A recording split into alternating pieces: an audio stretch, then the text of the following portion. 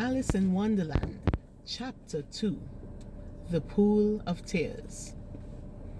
Alice had a small piece of the cake and checked if she had grown in size. To her disappointment, she hadn't grown even an inch. Shrugging her shoulders, she finished off the cake. After that, she suddenly grew. "Curiouser and curiouser," cried Alice. She was so surprised that for a moment she forgot how to speak English properly.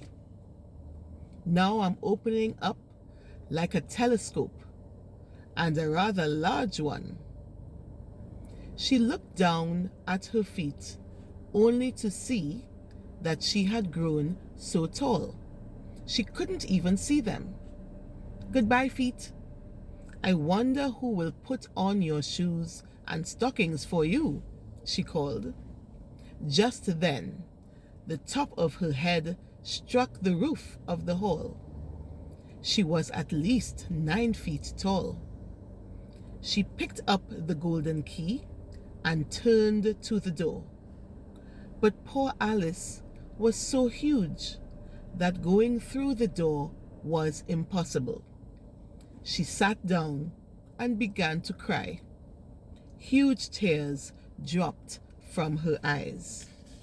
She cried so much that soon there was a pool of tears around her, spreading into the hall. At that moment, she heard the patter of feet. She quickly dried her eyes and looked up to see who was coming.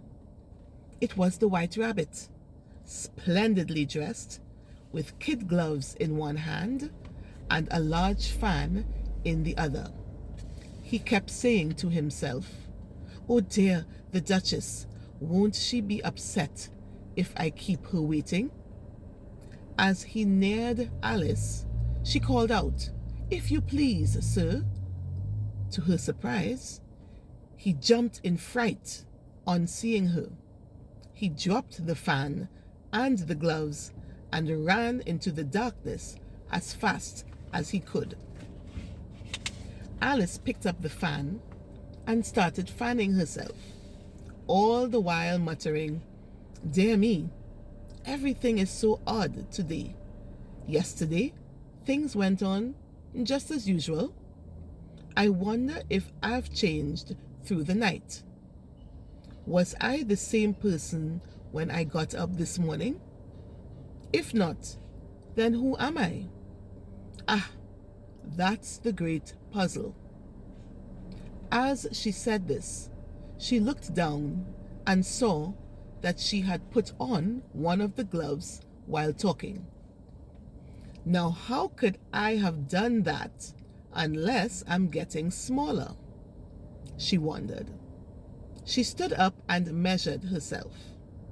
She realized she was 2 feet tall and shrinking rapidly. It was because of the fan.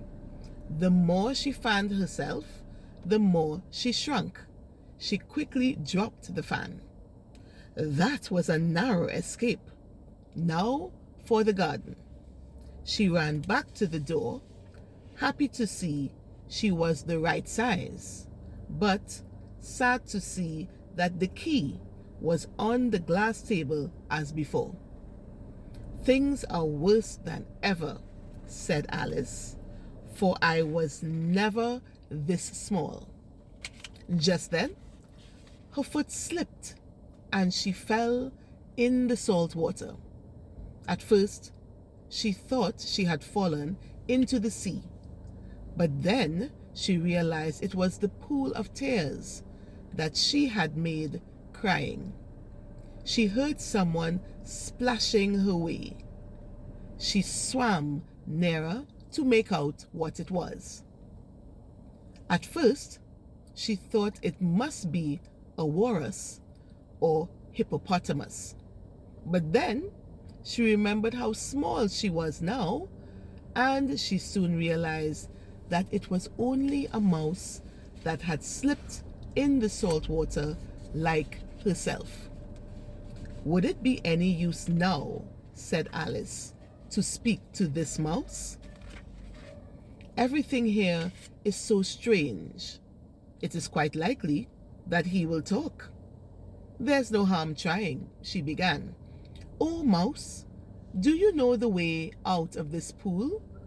I am very tired of swimming about here. Oh, mouse."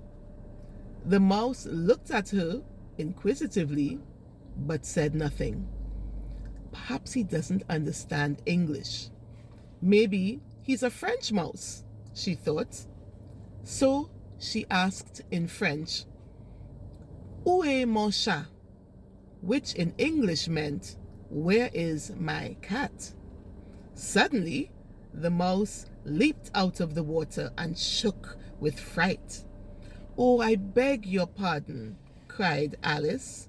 "I quite forgot that you don't like cats." "Not like cats?" shrieked the mouse. "Would you like cats if you were me?" "Well, perhaps not," said Alice in a soothing tone. "But don't be angry about it. You'd start liking cats after meeting Dinah, my cat. She is such a darling."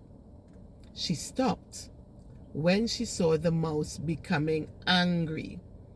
"Oh, I beg your pardon. We won't talk about Dinah anymore, if you'd rather not."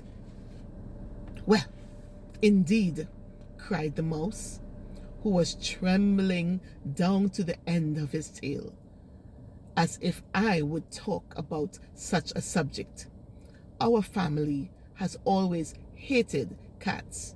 Nasty, low, vulgar things. Don't let me hear the name again." "I won't indeed," promised Alice, eager to change the topic. Are you fond of dogs?" "Oh dear, I've offended you again." But the mouse was swimming away as fast as he could, splashing water everywhere. She called out to it softly, "Mouse dear, do come back.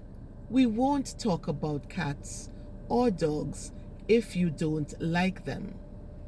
On hearing this, the mouse turned around and slowly swam back, his face quite pale. He said in a trembling voice, "Let us get to the shore.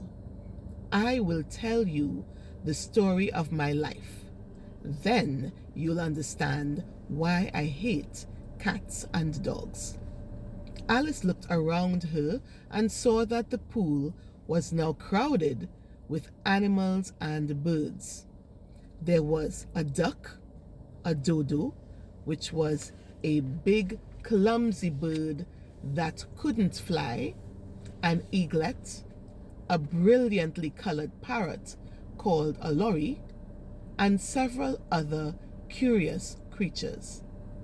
Alice led the way, and the whole party swam to shore. Stay tuned for Chapter 3.